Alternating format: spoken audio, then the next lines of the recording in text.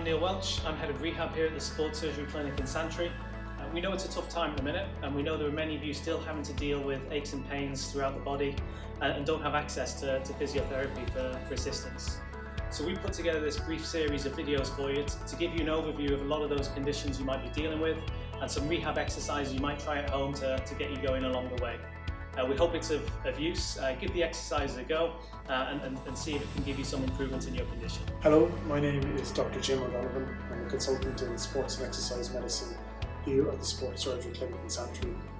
Today I'm going to talk to you about Patellofemoral Pain syndrome, otherwise known as condylomalacia patella. It's pain in or around or behind the kneecap and is associated with certain activities such as squashing, jumping, or going up and down stairs. It can affect people of all ages, from adolescents through to an elderly population, and is commonly associated with increased levels of activity. So if we move to this 3D anatomical model, we can see at the front of the knee where the kneecap is. If I remove the skin, this is the kneecap, otherwise known as patella.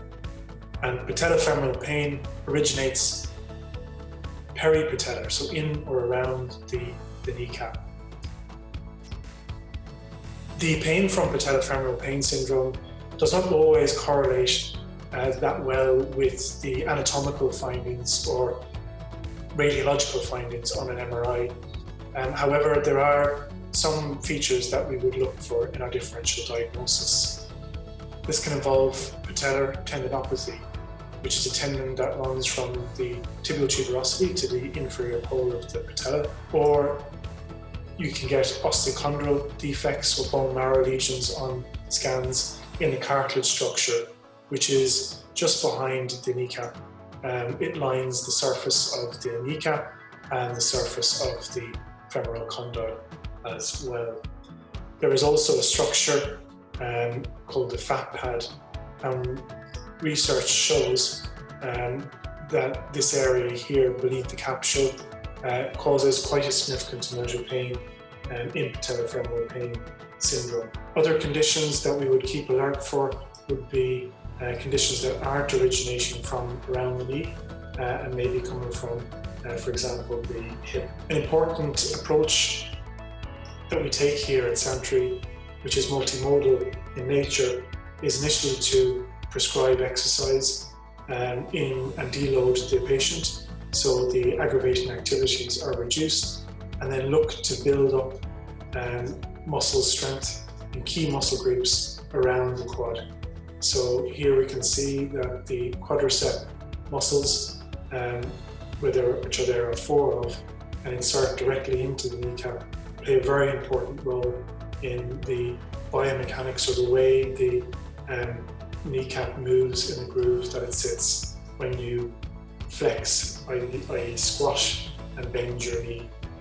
What's also appears to be very important from the research is muscles around the outside of your hip and generally around your hip muscles as well. My colleague, Dr. Neil Welch, will now go on to talk about the key principles in exercise prescription and strength training and mechanics for management of patellofemoral pain syndrome. Dr. O'Donovan is just taking you through some of the factors that might be contributing towards the knee pain that you're feeling currently. What I'm going to do today is talk you through some of the common rehab exercises that we might go through with patients to address some of the more common factors. Now, because you've been experiencing pain in your knee for a little while, it's also common then to get a knock-on effect where you lose strength in and around the joint. And one of the areas we might want to focus on is the quad muscle, so the front of the thigh. And the other areas we might focus on are around what we call the posterior chain, or the muscles down the back of your body. So we're going to have a look at some exercises now to help develop the strength in those areas. So this first exercise we're looking at is a wall sit. It's probably one of the easiest exercises to try and get right and get the quads working hard. And Sam's showing you a couple of different ways of doing this. The first is to put more weight on the injured side, which in Sam's case is the right, by putting some weight on the toes or going completely to one leg. Again, going to one leg would be quite advanced. He's trying to push his weight down hard through the middle of the foot and ensure that his quad is working really hard. So again, he keeps his back flat against the wall, pushes the middle of his foot down, and he's working that right quad really hard. Now what we might work on next is the muscles, as I said, down the back of the body, what we call the posterior chain. And we use an exercise called a deadlift in order to do this. But this version is called a rack deadlift. Jack's going to show it with him lifting a bar in the gym. Now again, you're likely not going to have access to this equipment at home, so using a dumbbell or a kettlebell is a good way to do this. The main points here are that Jack is driving the hips backwards and using the muscles around the hip more rather than the front of the knee joints. And you might experience this at home if you're going down to pick up an object.